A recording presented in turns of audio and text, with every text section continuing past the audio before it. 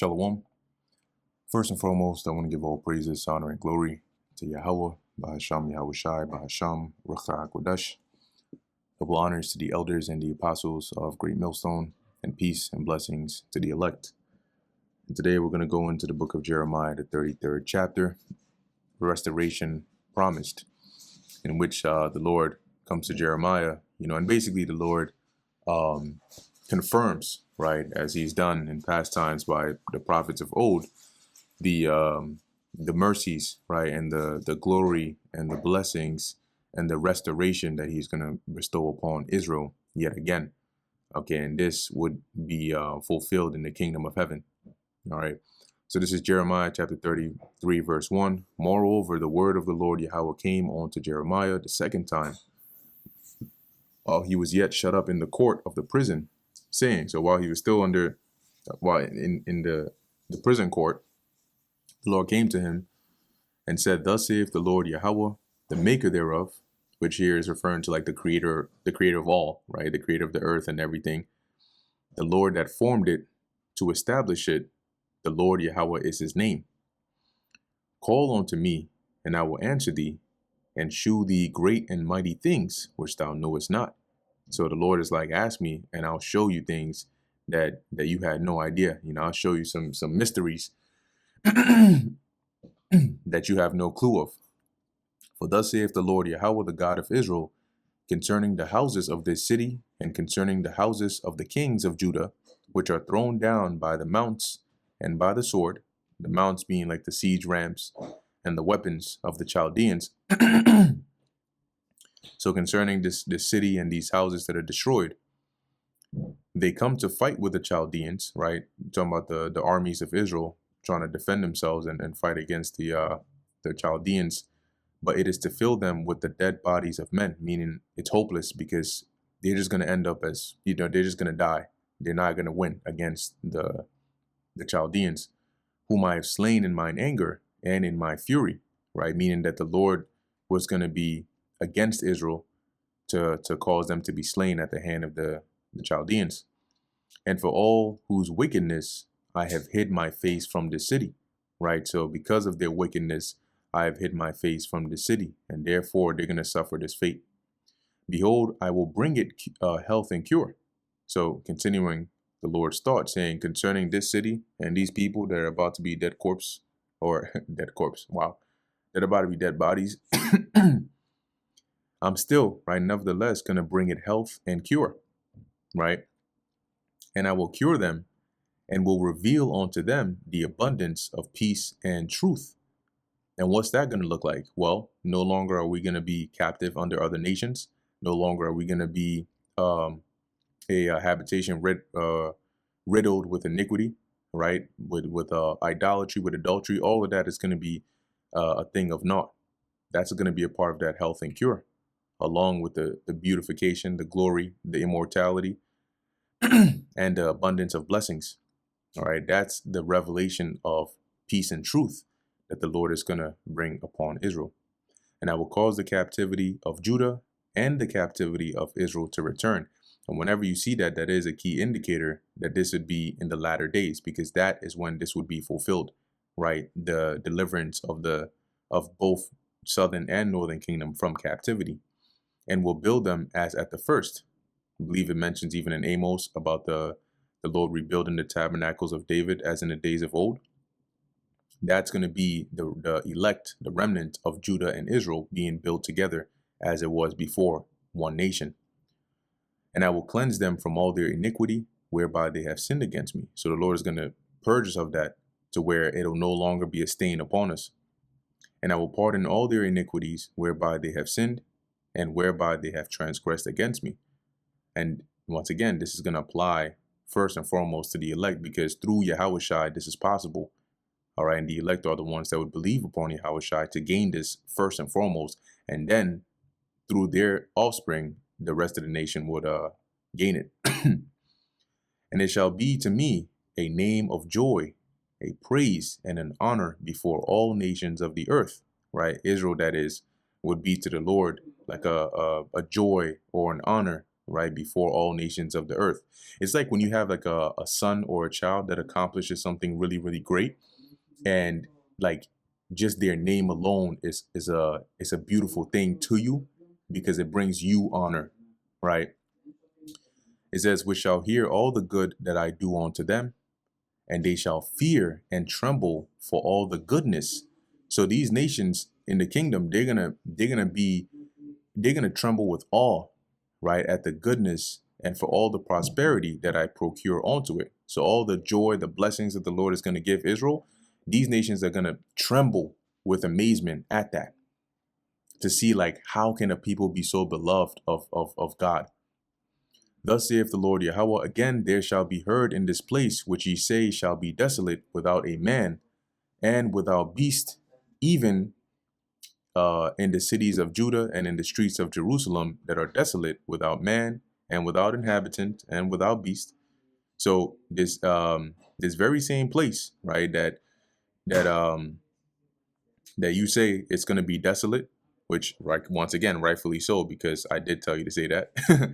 But this very same place, you're going to hear the voice of joy, the voice of gladness, the voice of the bridegroom and the voice of the bride, the voice of them that shall say, praise the Lord Yahweh of hosts, for the Lord is good, and for his mercy endureth forever. And this would be that delivered remnant, right, back in the land, ultimately the restoration of the nation, rejoicing in the Lord for him, basically turning around that captivity, turning around after all these years, after all these decades, these centuries. That's why it mentions his mercy enduring forever. The Lord will still have mercy and deliver Israel. And of them that shall bring the sacrifice of praise into the house of the Lord. So there's going to be so much praise for the Lord. It's going to be like bringing a sacrifice. For I will cause to return the captivity of the land as at the first, saith the Lord. So just as it was before, it was conquered and taken over by the Gentiles, you could say, the Lord is going to return it, back to being our land of old. Thus saith the Lord Yahweh of hosts, again in this place, which is desolate without man and without beast, and in all the cities thereof shall be an habitation of shepherds, causing their flocks to lie down. So again, this very same place that is now desolate without man, without beast, is going to become a place where you have shepherds feeding their flocks, being able to safely take them to graze, and so on and so forth. In the cities of the mountains, in the cities of the vale being like the valleys, and in the cities of the south, and in the land of Benjamin, and in the places about Jerusalem, and in the cities of Judah, shall the flocks pass again under the hands of him that telleth them, saith the Lord. Now, this is in reference, right, to like a shepherd. Telleth meaning to count. And in the ancient world, what you would do is, like, as a shepherd, before taking your sheep out of the sheepfold, right, or the pen to go and graze, you would count every single one. So you have a head count. And at the end, when you bring them back, right, they would cause the sheep to go under the rod, to pass under the rod. And each one that would pass under the rod, they would, the shepherd would count to make sure that, okay, every sheep is accounted for. So as the Lord is saying here, like, that was a common, part of shepherding. But the Lord is using that to say, like, you're going to have people back in the land. And, just like you had shepherds with their flocks, and just that's like a part of normalcy, right? You could say, of people dwelling in the land yet again. And that was the point the Lord was trying to, make here. Or not that he was trying to make, that's the point he was making here. Verse 14, behold, the days come, saith the Lord Yahweh, that I will perform that good thing which I have promised unto the house of Israel and to the house of Judah, right? So that blessing that the Lord had promised also over and over again by way of his prophets, that mercy onto the nation of Israel. He said he would basically make good on that, right? In those days and at that time will I cause the branch of righteousness to grow up onto David.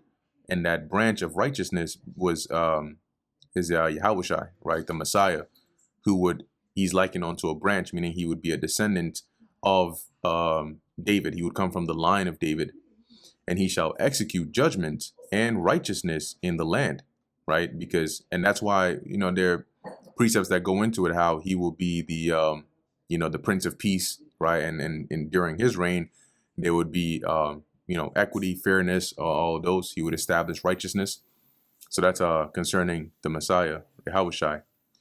In those days shall Judah be saved, and Jerusalem shall dwell safely, right? So no more oppression, no more captivity, no more curses, none of that. And this is the name wherewith she shall be called, the Lord our righteousness, right? Which is like almost like a title, all right, to refer to Israel or Jerusalem. For thus saith the Lord Yahweh, David shall never want a man to sit upon the throne of the house of Israel. So David, basically, like the promise the Lord made to David about him always having a descendant to sit upon the throne, that would still be the case. The Lord wouldn't do away with that promise, right? There wouldn't be a point of us having a ending, right, of that Davidic line, in terms of like rulers amongst Israel, because that was also a promise the Lord made to David, which is interesting because he's raising up the house of David, right? And he mentioned that we would be a nation of kings and priests. Verse 18, neither shall the priests, the Levites want a man before me to offer burnt offerings and to kindle meat offerings and to do sacrifice continually. Meaning there would always be, right? There wouldn't be a lack. Let me just pull this up in the NLT, right? And there will always be a Levitical priest, or always be Levitical priests to offer burnt offerings and grain offerings and sacrifice to me, right? And this is basically the Lord, once again, he's making reference to like the promises that he made, right? The ordinances that he set up in dealing with the nation of Israel, to say that even though there's calamity coming upon you now, even though the northern kingdom is not in the land, even though you're about to be taken out of the land, and it looks like I'm doing away with you, the things that I have said of old concerning you, concerning David, concerning the Levites, like I'm still going to have those things. I'm still going to have mercy and have favor and not do away with that. Okay. Now, obviously in the kingdom, things will look slightly different than how, they did historically. But the point the Lord is making is that he would still return us back to our land, and we would be able to dwell and serve the Lord as of old.